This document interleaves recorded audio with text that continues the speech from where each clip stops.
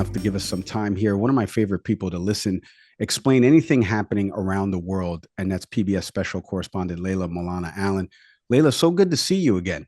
Great to be with you, Mike. Yeah, we were talking a little bit off air about some of your reporting, and I kind of want to talk a little bit about it because I was watching this piece recently that aired on PBS NewsHour. And by the way, congratulations to a Peabody Award winner here on some of your great reporting to the team over at PBS. Let's get into some of that because I was mentioning before about a war that has not gotten extensive coverage, at least for people that watch the 24/7 news cycle. And that's the war that's happening in Sudan. I've mentioned you and some other journalists out there that risk their lives, let's be honest, to go to these conflict zones, for lack of a better phrase, and give coverage, access, attention to what is going on the ground. So I would love for you to explain to our audience first what is happening in Sudan, this civil war, how this conflict got started, the millions of people that have been displaced, the thousands of lives that have been lost. Can you kind of explain it all? So this is a civil war in that it's an internal war, but it's not a civil war in that it's the Sudanese people fighting each other.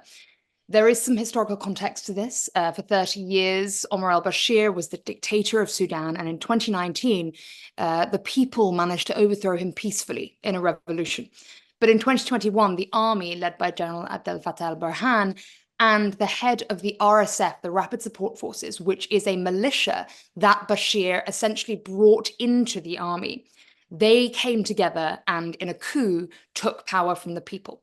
Then last year, in April, suddenly war erupted in the capital, Khartoum, and spread across the country.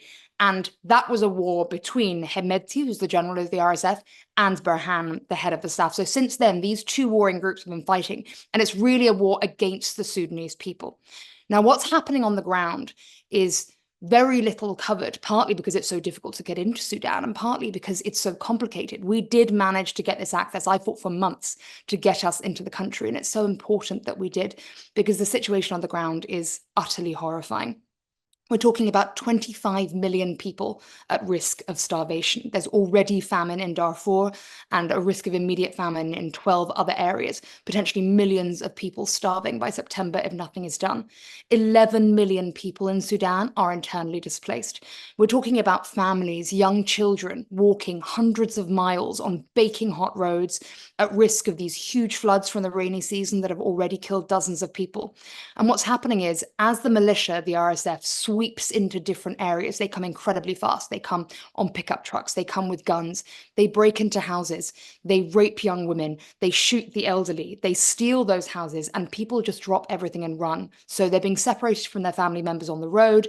They're able to take nothing with them. They end up somewhere they think is safe. And a few weeks later, the RSF comes again. So I've been talking to families who've been displaced 5, 6 times. They have nothing. The husbands are dead. The mothers can't earn any money. Sometimes they've picked up children on the way that aren't even their own. They don't know where is safe. Meanwhile, the Sudanese armed forces, many people do feel that they are slightly the better of two evils in this conflict because they are not, as much as they are accused of war crimes, which they are, shelling and airstrikes indiscriminately upon civilians in order to try and win this war, they are not committing the kind of personalized atrocities that we're seeing from the RSF.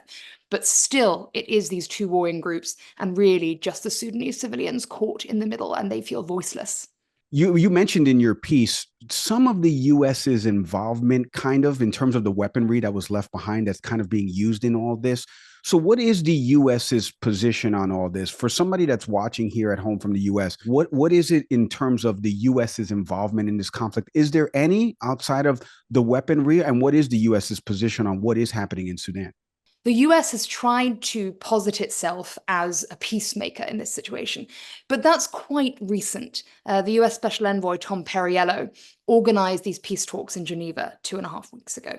Now, Tom Perriello has never been to Sudan in his role as Special Envoy. He's never visited. I went and spoke to some of the people on the ground who he was trying to negotiate with. They were going to take Samantha Power, USAID head, as well.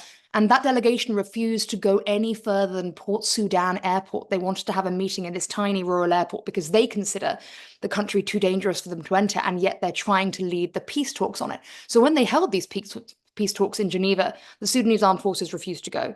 The Rapid Support Forces, which is the militia, did attend and then didn't involve themselves in any of the discussions.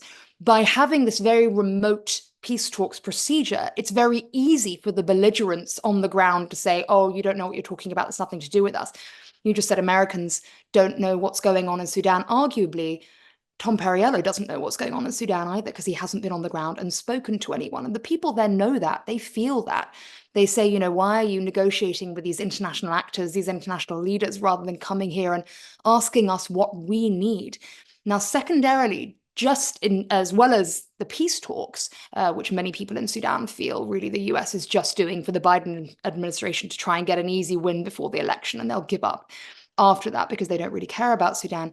Secondly, the US has a direct responsibility here because one of the main funders of this conflict is the United Arab Emirates. We have evidence that they are sending weapons to the RSF militia, smuggling them in from Chad. We found evidence of those weapons on the ground.